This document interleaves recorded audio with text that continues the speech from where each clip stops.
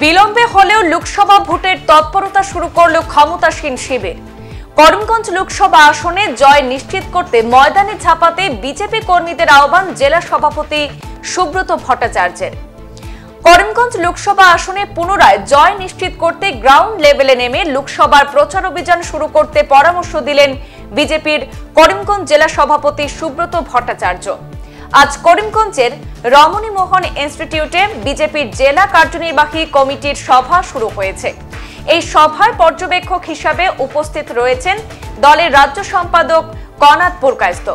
প্রারম্ভিক বক্তব্যে সুব্রত ভট্টাচার্য দলীয় কর্মীদের উদ্দেশ্যে বলেন, লোকসভা নির্বাচনের আর বেশি দেরি নেই, তার আগে আজকের সভা এক বিশেষ বার্তা বহন করছে।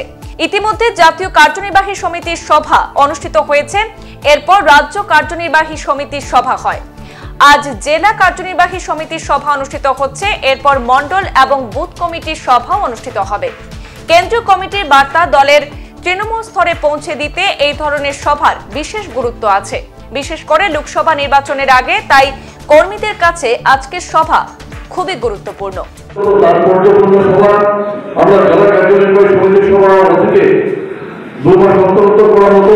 বর্তমানে দল ঠিক করে দিয়েছে যে রাষ্ট্রীয় কার্যনির্বাহী সমিতির সভার পর প্রদেশ কার্যনির্বাহী সমিতির সভা অনুষ্ঠিত হয়, আর প্রদেশ কার্যনির্বাহী সমিতির সভায় তারিখ নির্ণয় হয়, আর সেই তারিখে বা সেই দিনে জেলা কার্যনির্বাহী সমিতির সভা ঠিক হয়।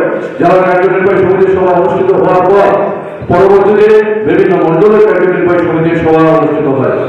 আমরা আজকে একদিকে সমগ্র রাজ্যের সঙ্গে করিমগঞ্জ জেলার জেলা কার্যনির্বাহী সমিতির সভা অনুষ্ঠিত করতে চলেছি। তাৎপর্যপূর্ণ এই জন্য আছে যে আসন্ন লোকসভা নির্বাচন, আর এই লোকসভা নির্বাচনের আগ মুহূর্তে করিমগঞ্জ জেলার এই জেলা কার্যনির্বাহী সমিতির সভা অনুষ্ঠিত হচ্ছে। আর এখানে জেলার বিভিন্ন প্রান্ত থেকে যারা এসে উপস্থিত হয়েছেন, আজকের এই কার্যনির্বাহী সমিতির সভা করিমগঞ্জ জেলার জন্য আগামী দিনের আগামী লোকসভা নির্বাচনে এক বিশেষ বার্তা বহন করবে।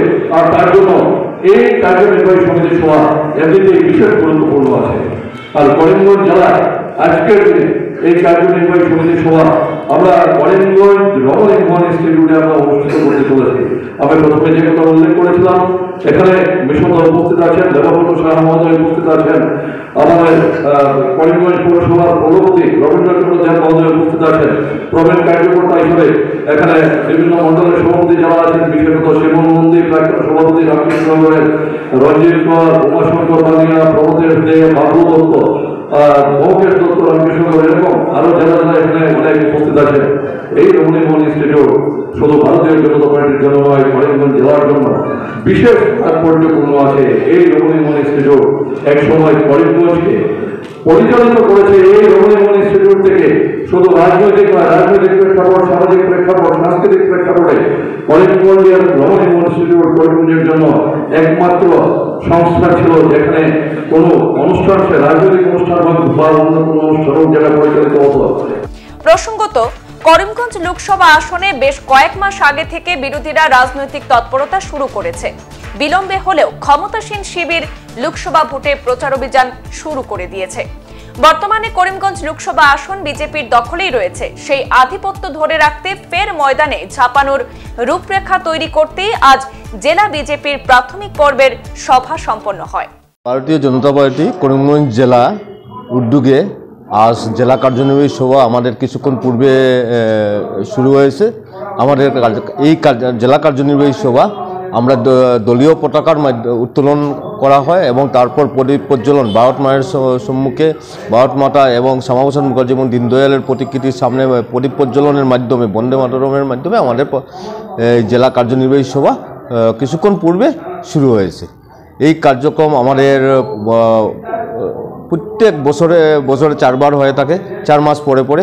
এবং এই কার্যক্রমের আগামী লোকসভা নির্বাচন, সেই লোকসভা নির্বাচনের পাক মুহূর্তে এই জেলা কার্যনির্বাহী সভা অনুষ্ঠিত হতে যাচ্ছে, শুরু হয়েছে এবং এটা আজকে বিকাল পর্যন্ত এটা চলবে।